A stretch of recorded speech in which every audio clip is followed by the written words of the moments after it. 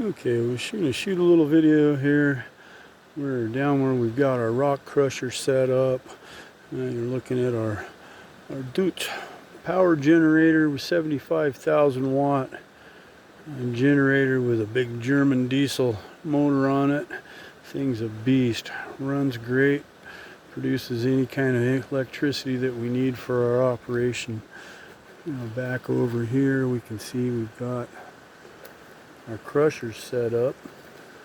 See, on this end we've got a 12-inch jaw crusher that feeds out off of a conveyor into a metered hopper. That metered hopper, it adjusts the speed for what's going through that conveyor. You can see here that's the metered conveyor. Anyway, it controls the flow rate of the material coming out of that hopper, and it feeds directly over into our ball mill. Ball mill would set right underneath that conveyor. It's in the shop right now for some repairs, but that ball mill will only handle a certain rate of speed, and all this equipment puts out about 3 times what our ball mill handles. Ball mill runs somewhere between a ton and a ton and a half an hour at the crush we want. Anyway, moving forward here, you can see over in the distance our shaker table. We'll get over there in a minute. Over here we have our starter panel. This has got our control panel, transformer stepping down from 3-phase to single phase, and the starter lock-in lock-out motors for all of our equipment here. The little things the government wants us to do. Anyway, coming over here, right where you see these white pipes and these buckets, that's where our ball mill normally would set. A ball mill, it would feed material, and our initial crush on it's going to be between 65 and 100 mesh.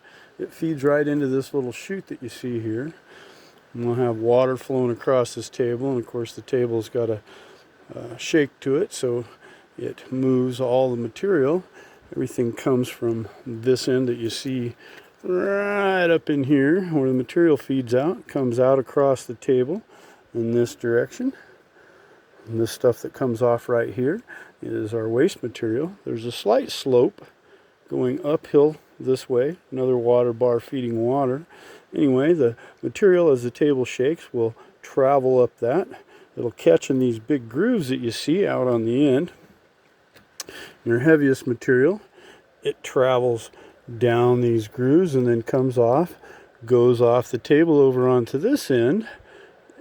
This is our number 1 and number 2. You'll have primary native metals that travel up that ridge all the way to the edge of the table, and then they go down and get caught in these little tubs that we have set right over here.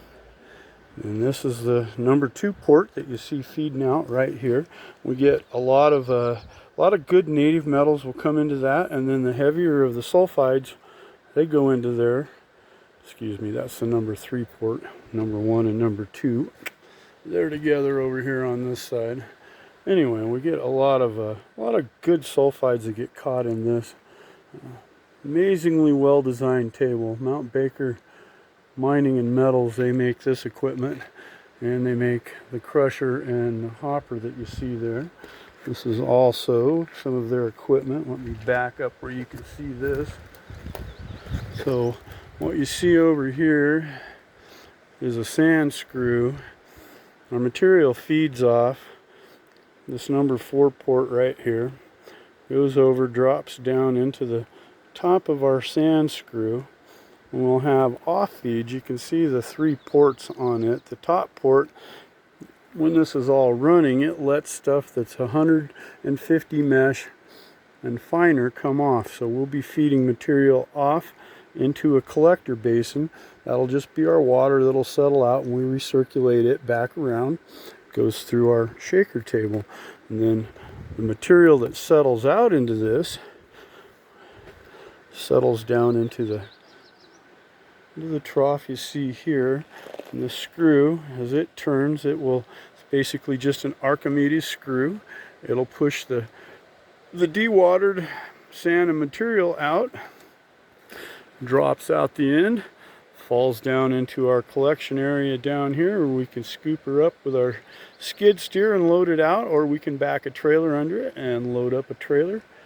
Anyway, it's a completely self-contained system here.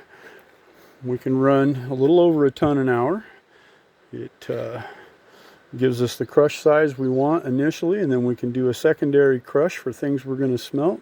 We get a good sort on our first crush and a pretty good separation of some native metals here.